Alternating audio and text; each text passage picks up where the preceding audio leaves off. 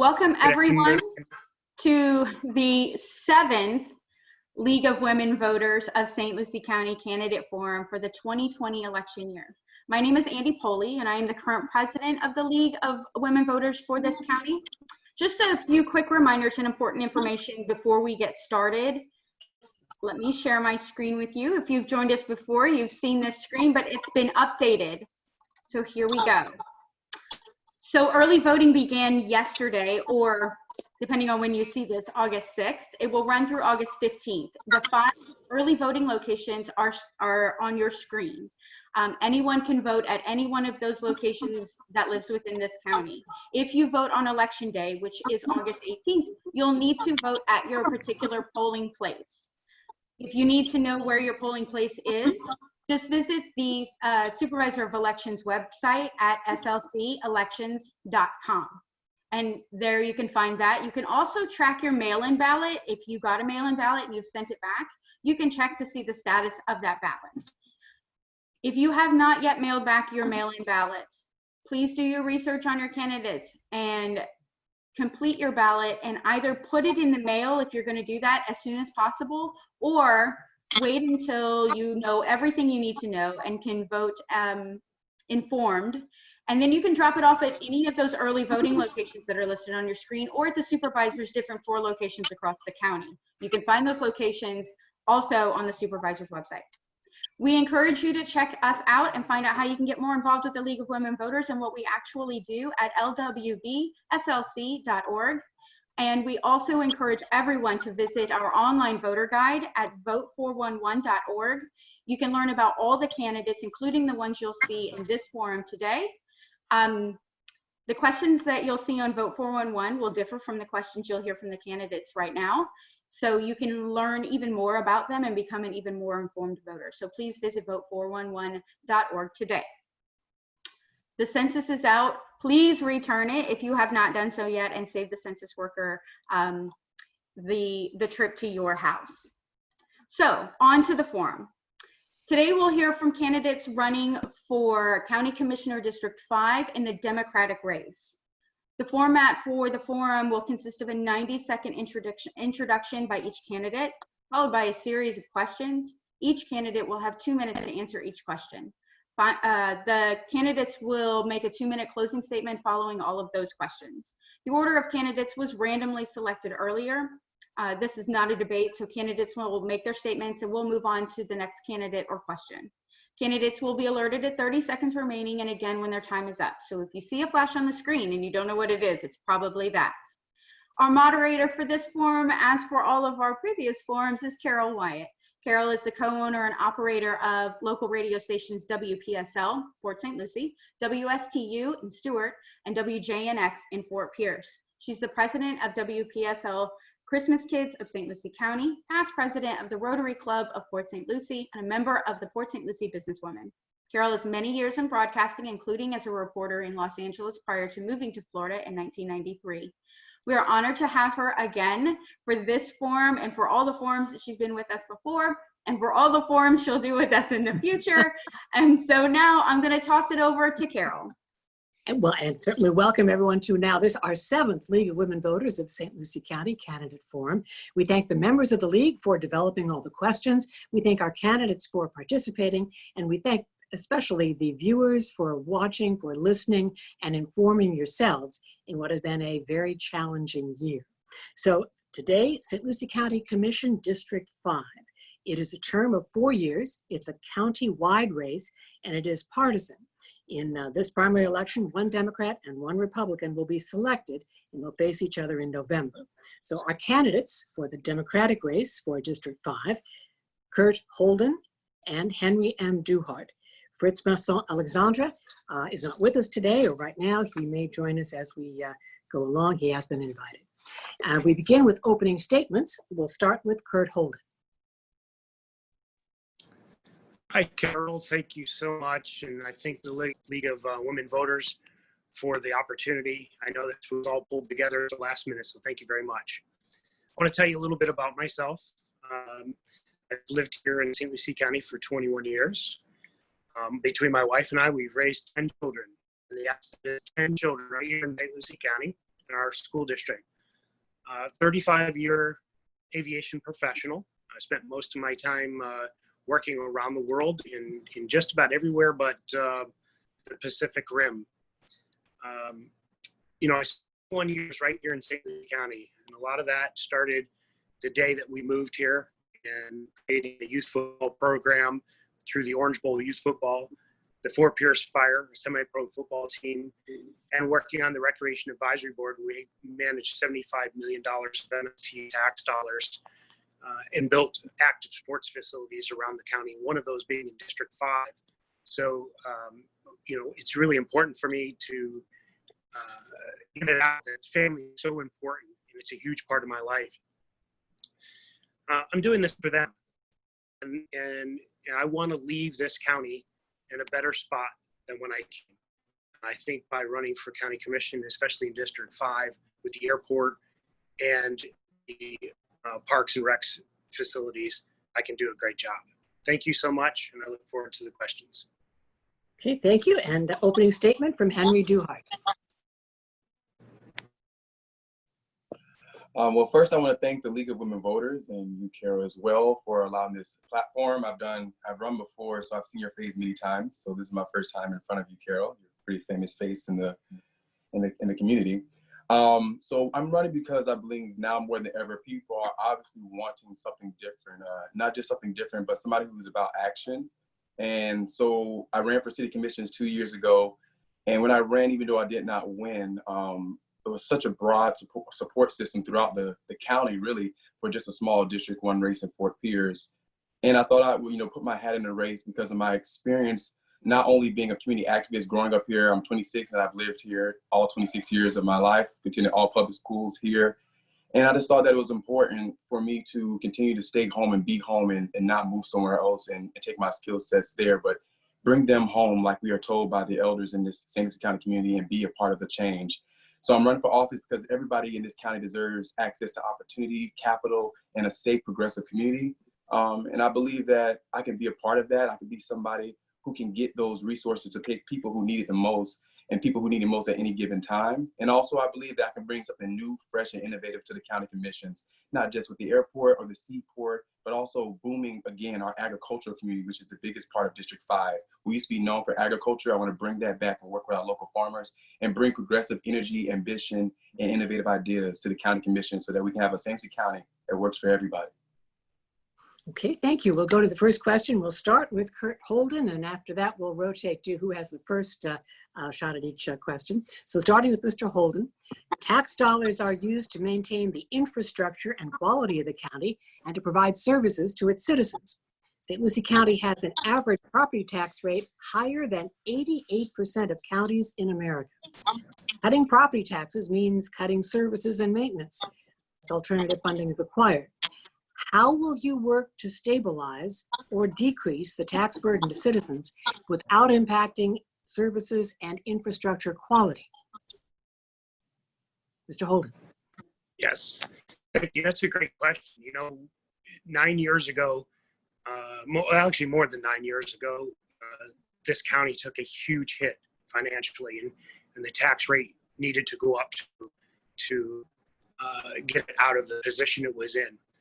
And, just as of last year, we started to actually have some residual dollars left over. And now COVID comes around, and here we are again in the same position.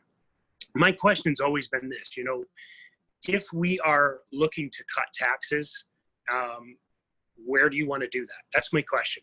What programs do you want to cut? There's a whole calculation to this. The tax percentage that we're all talking about here, and it has to do with home values. And so that's a big portion of that conversation. And how do we manage those dollars? I think we need to cut. I think we need to look. I think it's just tightening down, and we need to understand that there's more than 36% of our county tax dollars that we don't, as commissioners, don't have any control over. Cities of Fort Pierce and Port St. Lucie. So, that's a big portion of those tax dollars. So I think it's really important that we all work together. Same question to Mr. Duhart. How would you decrease the tax burden without cutting services? Well, I think it's really an easy solution. The biggest part of our budget comes from property taxes. Most know that's kind of makes the biggest part of most government's budget. So I see an easy solution is increasing home ownership. And to do that first, people are not just going to buy homes. We must increase access to capital, and we must increase household income. And that is why I want to spearhead us not only bringing in all these industrial communities and industrial industry type jobs and diesel engineering and at the port and even medical trades, but we need to build the workforce. The biggest thing we lack in St. Lucie County is not the opportunities sometimes, but actually the certified workers for those opportunities. So therefore, we cannot demand a certain threshold when we don't have the certified working base. So I want to build up the workforce here locally. And one of my ideas is to turn the old Garden State Elementary School into a trade facility, which is in the heart of Fort Pierce, where we have very high poverty. I think putting it somewhere convenient and close, we will begin to work with all of our different institutions to certify the workforce so that we can increase household income so that people have the capability to think about owning a home. Because the more property owners we have, we don't have to raise taxes because now we're expanding our home ownership throughout the county. So if we have more homeowners throughout the county by bringing better jobs and living wage type jobs and certifying people, then in time, we will see that we don't have to increase property taxes. We just have to increase home ownership so that we have a bigger net to pull from. And that way we don't have to actually even cut budgets. We're doing something for the community without having to cut. We're just empowering and invoking a change in the community. So I think that's so important, but also you can't just talk about increasing property values. Things have to change for them to increase. So we must beautify these communities because your house is not only the thing that's calculated for your value of your property. What's around your house? What's near your house? What's the closest to entertainment? So expanding on beautification and expanding the entertainment within Port St. Lucie, Fort Pierce, and throughout the county will also be a part of us not having to raise taxes, but to increase it by empowering our people and investing in the people. Okay, next question, come back to Mr. Holden. Staying with that topic of tax dollars and the county budget, what projects and initiatives do you believe deserve the most financial support, and which do you believe can function with less financial support? Well, most support needs to go to our two greatest assets, and I've been talking about this since we started, and that is our airport and the seaport. These are two of the greatest assets that we have, and we need to develop them. And that's quite frankly why I got into the fight, was the seaport. Trade education, and I'm a product of that, and so are several of my children, and that is such an important part of the community. It's the foundation of the community, and I think that we need to make sure that those deals that we're making at the port and the seaport, that they are good deals that are going to be followed through with, and the education programs that are part of that, they're followed through with. And I don't see that happening right now. So that's some of the things I'd really focus on, is those two directions. As far as what we're pulling back, again, I don't see where we're going to be able to pull back, a lot of tax dollars at this point, especially with COVID and just the last 12 months coming around from a deficit in our budget. I just don't see that happening in the next 3 to 4 years for sure. Okay. Same question then to Mr. Duhart. Which of elements of the county budget deserve the most financial support? Which do you believe deserve the least financial support? So specific to the question, I believe that we can put more funding into our local nonprofits and really making sure we're funding the nonprofits that are reaching out to our communities the most. And I know of so many nonprofits that do so much hard work on their own dime. And I think the county can create and use our tax dollars to, again, invest in the people so that we can have the proper infrastructure to build.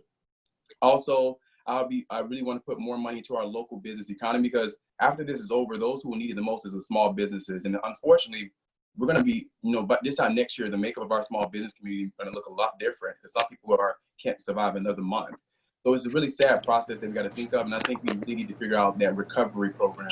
What are we going to do as a county commissions, and how can we use these tax dollars to reinvest into the local small business communities and to invest into the nonprofits that do the real work so that we can make sure that our people are taken care of.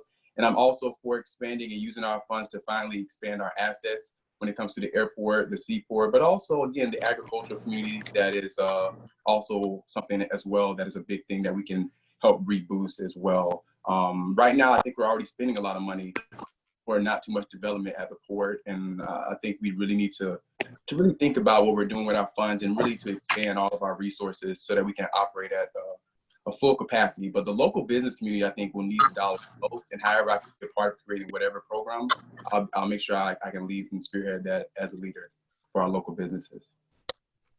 Okay, back to our rotation here. We'll start with Mr. Duhart. Both the federal and state governments provide public funds in the form of grants for local programs to assist in financing infrastructure development and repair programs. Infrastructure is a major priority of the county budget, but the budget is stretched thin, taxes are high. What experience in acquiring alternative funding will you bring to the county commissioner position? Mr. Duhart. Yes, so going to school, I went to Florida University, and I started my own LLC called Melanin Fest LLC, where I started doing events on college campuses. And it got to a point where it became very financially stable. I didn't have to work or anything like that. I would just throw events, working with different organizations. And throwing events is a business. And so I've had to take little and do a lot with it my entire life. You know, I started off with just having a small refund check in college, and then turning it to something where I would employ some people sometimes, or I would be able to pay for different services and to provide a service where that also not only was fun, but it was a business, and I was able to give people opportunities and platforms as well. So I think my experience with starting my LLC and doing that for 5 years and to be able to create a profit, just being a young man in college, is a way that I've shown that I've always had to take a little and turn into a lot. So, and I think that's a very important thing. You know, some people, they manage huge budgets, but that's the same thing as when you give somebody an A their whole life, and when they finally get a D, they don't know how to handle it. I've already started from the bottom, and I've taken the small investments that I've had in my business and in my local, and in the jobs that I've taken on, such as being an operations director for Progressive Turnout Project, where we've employed about 20 people here in the county. And we have to handle budgets. I have to handle the office, make sure everything is paid for. So I've not handled millions of dollars, but the PAC that I work for, no longer work for now, because I'm running for office. Our budget was about $46 million altogether, and I was a part of that structure. So I've done it on a small scale. I've done it on a big scale with these, you know, I got very heavily into politics after I ran last time I worked for Andrew Yang and stuff. But on a small scale, I've already started from the bottom, and I've always used the small budgets that I've had and turned into way more than I had. So I don't think it would be a problem for me to continue to learn, absorb, especially with the mentors that I have in this community, like Mr. Cliff Barnes and John Jones and other people who mentor me to make sure I'm on the right path. Okay, same question to Mr. Holden. What experience in acquiring alternative funding will you bring to the county commission position? Yeah, you know, this is actually where I will shine in the county. You know, working with in this professional aviation business for so many years, budgets of $25 to $50 million, working with dollars of $75 million back in the mid 2000s when we were the parks, active parks and recreation in the county. You know, the grant process is not here for me, but I also believe that we need to work on private investments. You know, that's going to be extremely important that we go out and be able to do that and to reach outside of our community and bring those dollars to St. Lucie County, where a county sees an increase in its quality and its lifestyle is when the dollars come to St. Lucie County and they stay here. So we need to bring that money, not just turn the money in the county, we need to bring the money to the county. And that comes from grants as well as private investment. And I think we have an opportunity throughout the county to do that. And we're starting to see that. We're starting to see that in the southern part of the county. We're going to see that at the airport. We're going to see it at the seaport. It's really important that we focus on those private investors as well as the grants. So I think the combination of the two are what's going to make the difference. And having this experience around the world is going to make a major difference in this election for sure. Thank you. Thank you. Thank you. And I have to mention, as we have in many of the forums here, this is a first effort on Zoom this year. We're kind of dependent on the quality of internet service from time to time. So we'll we're working our way through that. Next question will come to Mr. Holden. St. Lucie County's infrastructure is kind of old in some areas. It's often overwhelmed during heavy rains and hurricanes, and that abundance of water can have devastating effects on roads, buildings, and other structures, as well as the sewer and drainage system. Now, what steps will you take to modernize the county's infrastructure that both mitigates the impact of intense weather events and is environmentally responsible? Mr. Holden. Yes, great question. You know, we're making headway in St. Lucie County over the last couple of years. We look at Midway Road and Crosstown. We've, as we put those east to west corridors and developing the drainage, which helps out, the situation. I lived off of Midway Road for many years, so I'm very familiar with it there, and the North Fork of the river. We're going to see I-95 and the turnpike come across in front of the airport over the next couple of years. That's going to be another major investment that we're going to be making in the community, and it's already headed that direction. What I do like is that the $500,000, or close to $600,000 grant that we received for Taylor Creek, that work started to take place, because not only do we have the drainage issues in District 5 in Lakewood Park, but that all drains into the Taylor Creek issue. We've gone from 14 to 18 feet out there in Taylor Creek to some days down there it's 7 inches, which is just tells us that we're bringing all that sludge right down to the Indian River, into the lagoon. So we're working on another $3.5 million that's going to be focusing on the same part of Taylor Creek, US 1. And that's going to start to, solve some of those issues. We've got farms up in the north that we're working with, and the development to get to be in a little bit better situation than they are. So being a representative district, I think it's going to be really, really important to focus on that. Thank you.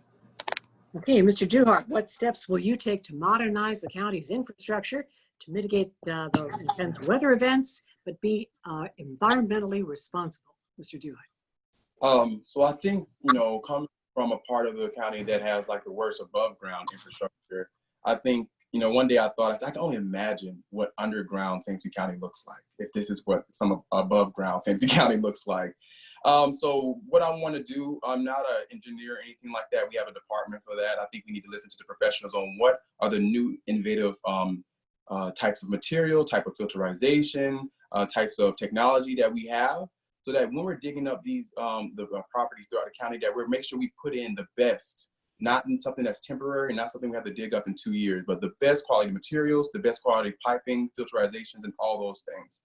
So I think the biggest thing that I can do is, one, a lot of times what we lack is funding, like the Taylor Creek project, which is just a small project, but because we don't have the full funding yet for a full project, we can't do the whole shebang. So I think, again, building relationships and somebody who can go into the public and private sector and get the right dollars for our community to fund these projects will be my major thing, because without the funding, the ideas that our scientists and our environmentalists and our engineers have, they can't work. And a lot of times we have to settle because of finances.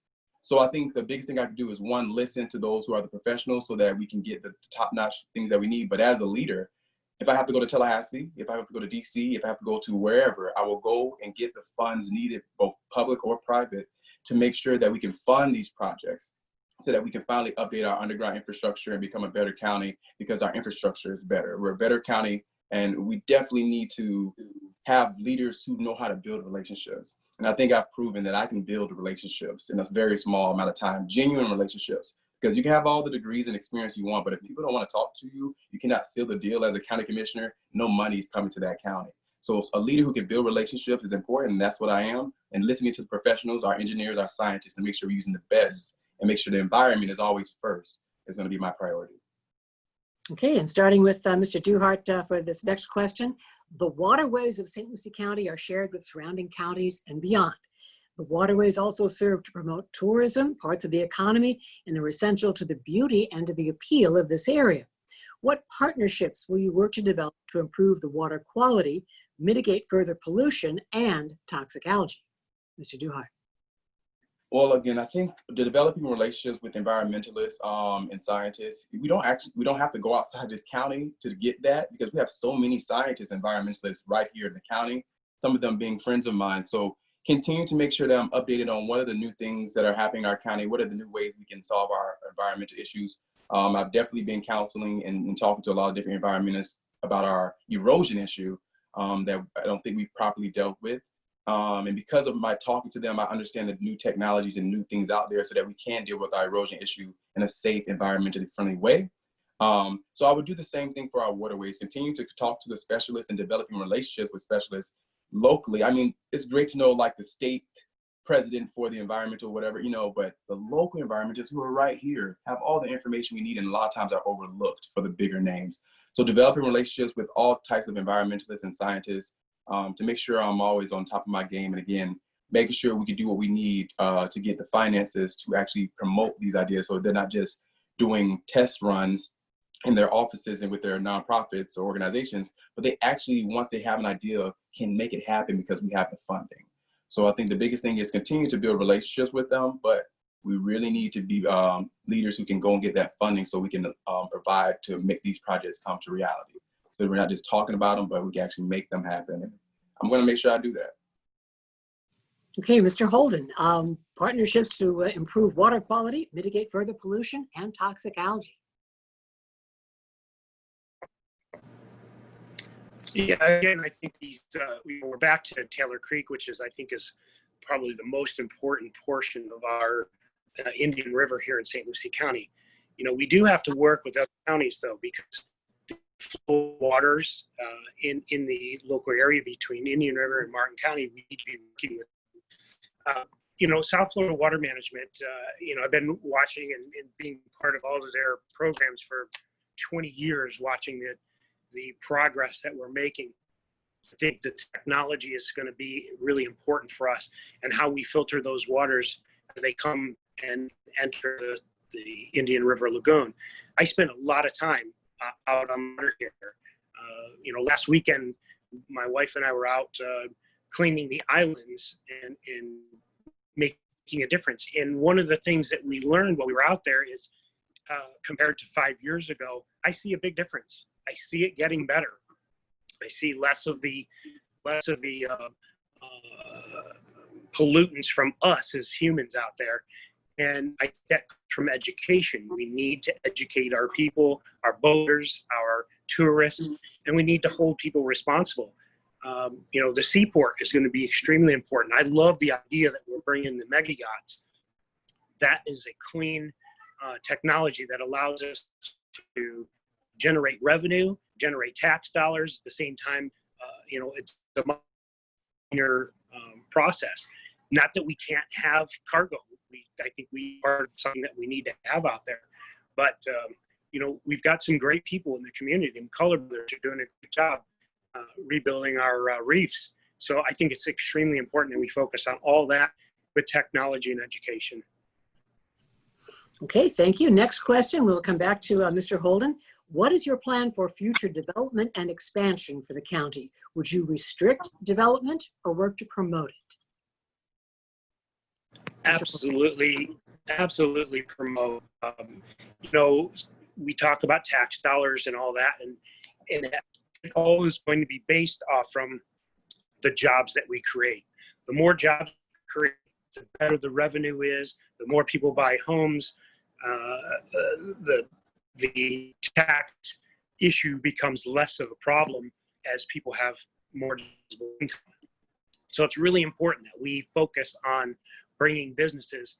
Yesterday, I spent probably 6 hours yesterday working with a company out of New Zealand that wants to bring another new technology in the pontoon boat industry, and they want to bring it right here in St. Lucie County.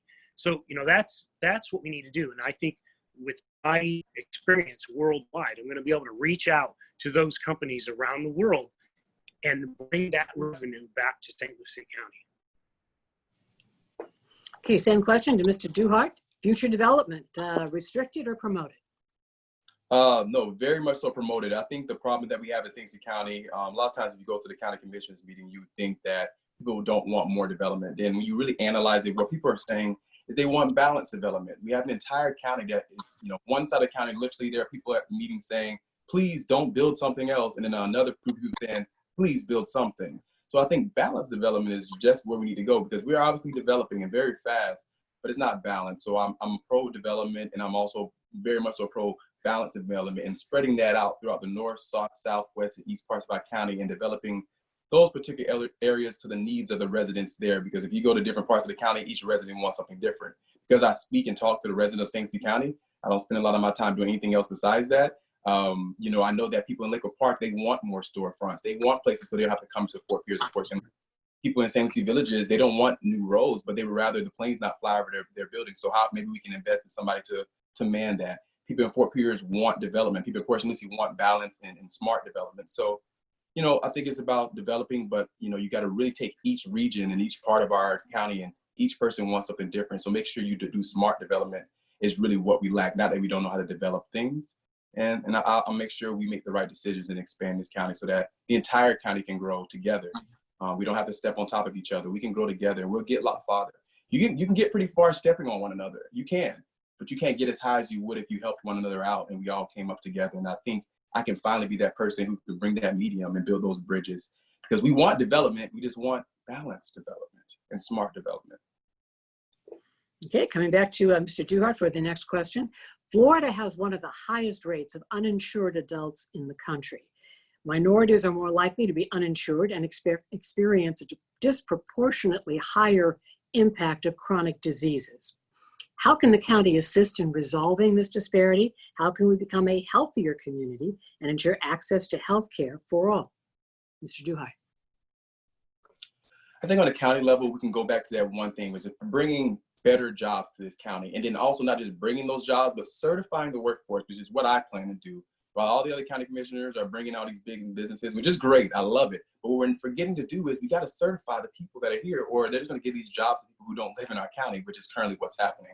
So I think the reason why we don't have healthcare in this community, and the thing I can see as a county commissioner that we can do to help that, is just bring better jobs so people have the capital. I myself didn't have really health insurance until I got a really great job, working in politics and things of that nature.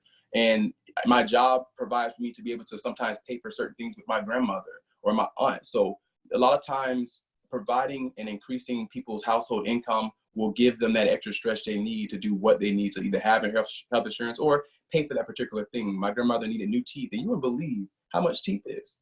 But because I had a great job, I was able to give and help to make sure she got that. But not everybody's in that same situation, because we brought jobs, but we haven't gotten them to the people, as many people as we could get them to. So connecting people to these jobs, but also certifying the workforce by providing as many programs to train people in different types of trades. I want people in St. Lucie County to have walls of certifications in trades. We have all these degrees, but we have no trade certifications. And I think we did a disservice in our school system for people in my class to be pushed to college and not pushed to a trade. I think we need to refocus that, because we're better off when we have the capital. You can have all the degrees and knowledge you want, but if you don't have capital, you can't start a business. So I think we need to increase household income and bring better jobs so that people can afford to help when they need to help their family members or themselves, or healthcare and things of that nature. And a lot of trade jobs offer great benefits. So certify people in trades, and I think that'd be a great solution for it. Okay, same question to Mr. Holden. How can we become a healthier community and ensure access to health care for all? Yeah, I want to make a real quick note on this. So the trades industry in this county, we've done a very good education. As a matter of fact, I sit on the youth board for the Builders Association out of Port St. Lucie High School, and that's only one of the programs. So we are headed in the right direction in the trades industry, and it's very important. And I back it. I think it's extremely important that we have those trade jobs, and not only education in college degrees, education in the trade industry. If we don't demand the businesses that are coming in here to be at a certain level, and we're in a position right now, St. Lucie County is in a position for us to make those demands of the businesses coming. If you're coming here, you have to bring the jobs, and you have to bring the retirement plans, and you have to bring the healthcare program. And as we do that with our two major assets, I keep going back here, but it's so important that the airport and the seaport, I've watched it worldwide in so many locations. When they focus on seaports and their airports, they benefit. And that means everybody. The jobs increase, the salaries increase, the benefits increase, and all in all, the county will become a better place.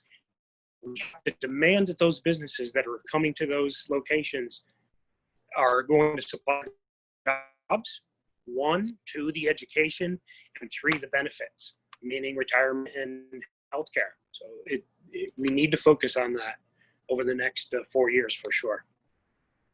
Okay, and coming back to Mr. Holden, last question. If you are elected and your policies are implemented, what will St. Lucie County look like in the year 2030? Mr. Holden. Sorry, you broke up on the last part of that question. Oh, okay, if your policies are implemented, what will St. Lucie County look like in the year 2030? In 10 years 2030. from now. 10 years from Yeah. now, what will the county look like? Well, let's hope that we are moving and continue moving in the right direction, because I do believe that we are moving in the right direction. We can see some better processes put into place. But, you know, one of the main reasons, I mean, your opening statement made that very clear. I've raised 10 children between my wife and I right here in St. Lucie County, and there's nothing I want to do more than make it a better place than I started here. And I think over the last 20 years, I can know that by the programs of the Orange Bowl Youth Football Program with 2,200 children. Many of those kids that were involved are now adults. Some of them even superstar athletes that have brought back national attention to our community. And I think those are kind of the things we need to do. We need to continue to party. When we do that, it continues to build our community as a whole. And we need to focus on that. So I truly believe that when I get there and I work hard, which I will always done my entire life, we'll have a greater place 10 years from now, 20 years, 30 years from now. Okay, same question to Mr. Duhart. If you are elected and your policies are implemented, what will St. Lucie County look like in the year 2030? It will look like a place that finally started investing money in the entire community and didn't leave no one behind. It will look like a place where senior citizens and people who come and see our community and want to live here and spend the rest of their lives here, at the end of their lives here. It'll be a place where they can come and do that in an affordable home with a beautiful community with access to awesome transportation and access to entertainment and access to a beach and also an access to a community full of culture, because we're such a diverse county.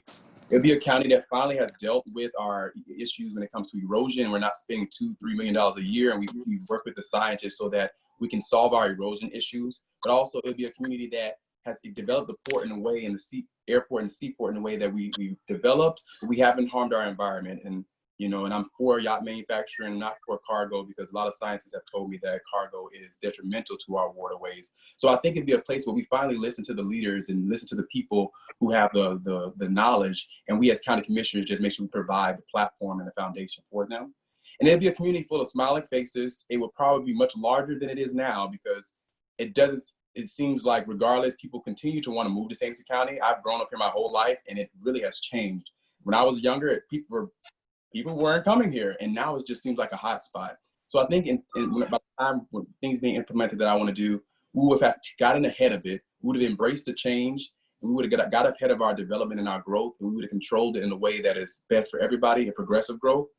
And we'll be a county that still owns its community, a county that still takes care of its local business, and a county that didn't sell out to big corporations that came after we grew. You know, a county that promoted and empowered the people, the local business community, and we gave jobs, real living wage type jobs, to as many residents as possible. And hopefully a county with lower property taxes, because we've increased household income and ownership, so we have more property owners, so there's no need to overtax people. I'm hoping these things are what happens, and I'm hoping we bring up the agricultural community. I'm hoping and wanting to bring up all of our revenues and all of our resources to make sure that we are the best kind of county, you know, and St. Lucie County can be a county for everybody if we just have the right kind of ideas on the county commissions. Okay, I think else we have some other questions. We have come to the end of the League of Women Voters questions. And let's proceed then to the closing statements, and we'll begin with Mr. Duhart. I want to say thank you again to the League of Women Voters for this opportunity to be able to speak with you and talk with you in this platform. It is, again, an honor to be here with you, Ms. Carroll, because I've watched you for the last 2 years. So I finally got to be in front of you and have you ask some questions. That is awesome. Right now, more than ever, again, this county wants change. I've been around the community. You know, I haven't been, you know, having fun and playing around. I've been working hard, even with COVID-19, to talk to the voters to figure out what they want and what they need and what is most important to them. And this county is full of people who are ready for a progressive change. I am that progressive that can bring the change not only to people in this county who are Democrats, but people who are Republican, people who are independent, or people who don't care about parties at all. I believe I'm the only person in this race that can really reach out to not only people who are at the yacht parties and people who are in the government buildings and who fly on planes, but people who are homeless in the streets, people who are addicted to drugs in Fort Pierce, people who are just struggling. I talk to so many different types of people. And it's hard because they've never seen anybody before in the government. They're afraid of government because we don't have the right people that really go into the trenches and talk to people. We need something new and fresh on the county commissions, and I'm the only one that offers something that we don't already have, which is an innovative thinker who can go into all communities, who come from an experience that people truly want and need on the county commissions. So make sure you vote for Henry Duhart for county commissions for District 5 in St. Lucie County as your Democratic nominee. I will not only defeat anyone in my way, but I will make sure that I do not sell myself, do not shake the wrong hands, and I continue to be somebody who's a voice for the people and not for special interests, because we do have special interests even in a small county. And I want to make sure that we continue to have real leadership and bring back hope to people believing in our government and people believing in what we can do as leaders. I'm just an activist who saw an issue and I put my name on the ballot, and now I'm here. I'm 26 years old. I don't know if I'll be the youngest county commissioner elected, but let's make some history this year and vote for Henry Duhart for County Commissioners District 5. Thank you. Closing statement from Kurt Holden.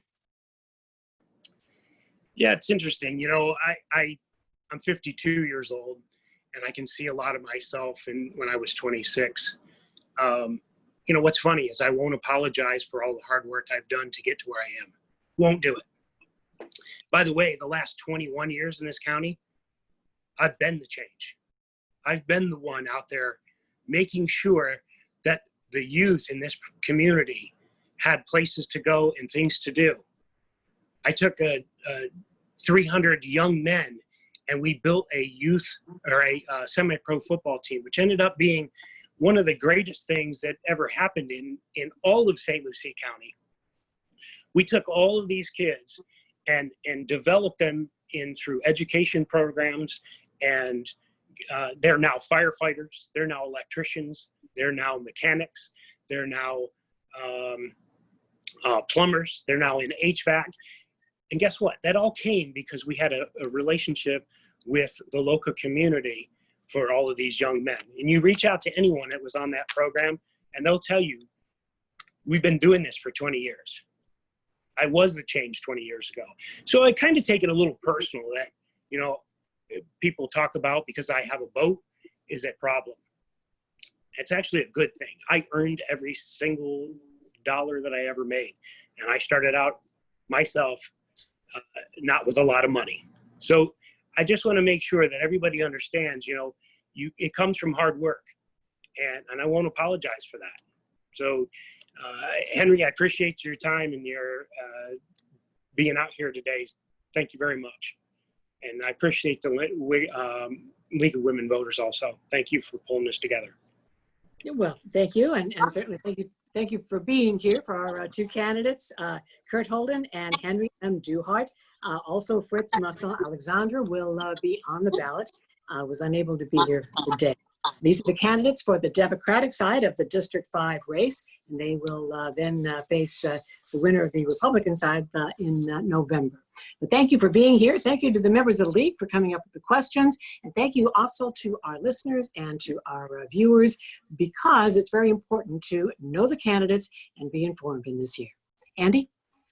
Thank you, Carol, and thank you, candidates, for joining us this afternoon and whenever anybody is watching this.